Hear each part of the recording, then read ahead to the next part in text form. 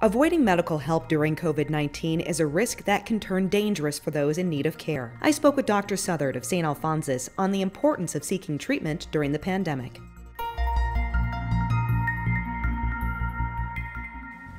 Dr. Southard, I've heard because of COVID-19, people are actually afraid to go to the hospital, even if they're having health issues. Is that true? That is true, unfortunately. We've seen both nationally, the CDC just reported 41% of people are avoiding healthcare, basically, and we know about 20% of that comes from the emergency department.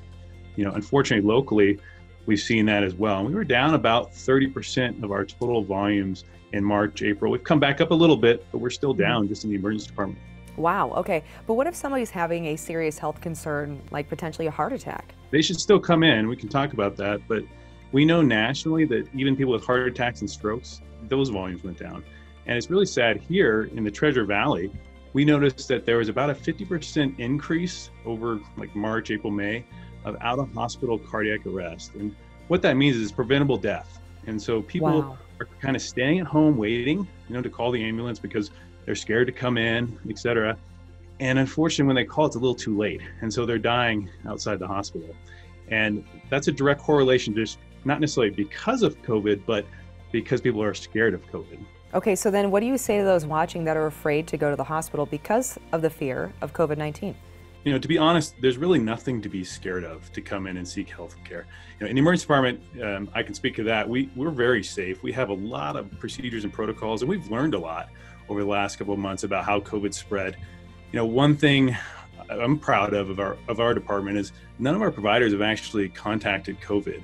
And if you think about that, we've seen probably several thousand people with coronavirus. We're doing invasive procedures, and some of it, to be honest, is a little bit luck, but we've also followed a lot of protocols. We're being really safe. And when patients come in, they're screened. I mean, they're put in masks, they're triaged, they're put in special rooms. And I actually feel a lot safer going to work than I do having to go out just in the community where it's kind of an unregulated environment. People may not be wearing masks, not doing social distancing. So, healthcare is a very safe place right now. And actually, honestly, this is what we do. We've been doing this a long time, even before COVID. We're experts in preventing infectious disease. And so healthcare in and of itself is actually an industry that I think is probably the safest you'd go to right now. So Dr. Southard, what should people expect when it comes to the next couple of months in regards to COVID-19? We've been through so much change, and there's going to be more to come.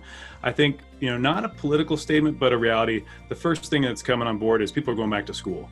And so colleges are starting, kindergarten through 12th, all that. We're going to put more people in a confined space. And so the disease is going to spread a little bit more. Now, how big of an impact that is, we don't know, but it's going to have an impact to some degree. The next thing that happens every year is flu season. And so it's getting to that time of year where we're going to start to see flu. Sometime around October through February, we're going to start to see more and more flu cases. And that's going to have a pretty big impact. We don't know how big of an impact flu is going to have this year. Every year it's kind of a guess how good the vaccine is, how much it spreads. But we anticipate that to be a major player this year. Okay, so then what can we all do to help stay safe? The biggest is follow CDC guidelines, social distancing, mask, hand hygiene, number one. Number two, get a flu shot. If you normally don't get a flu shot, get a flu shot. This year is the best year to get it. Between that and doing the CDC guidelines, we will decrease a lot of not only COVID-19, but a lot of other respiratory viruses. Great advice. And where can people go to learn more?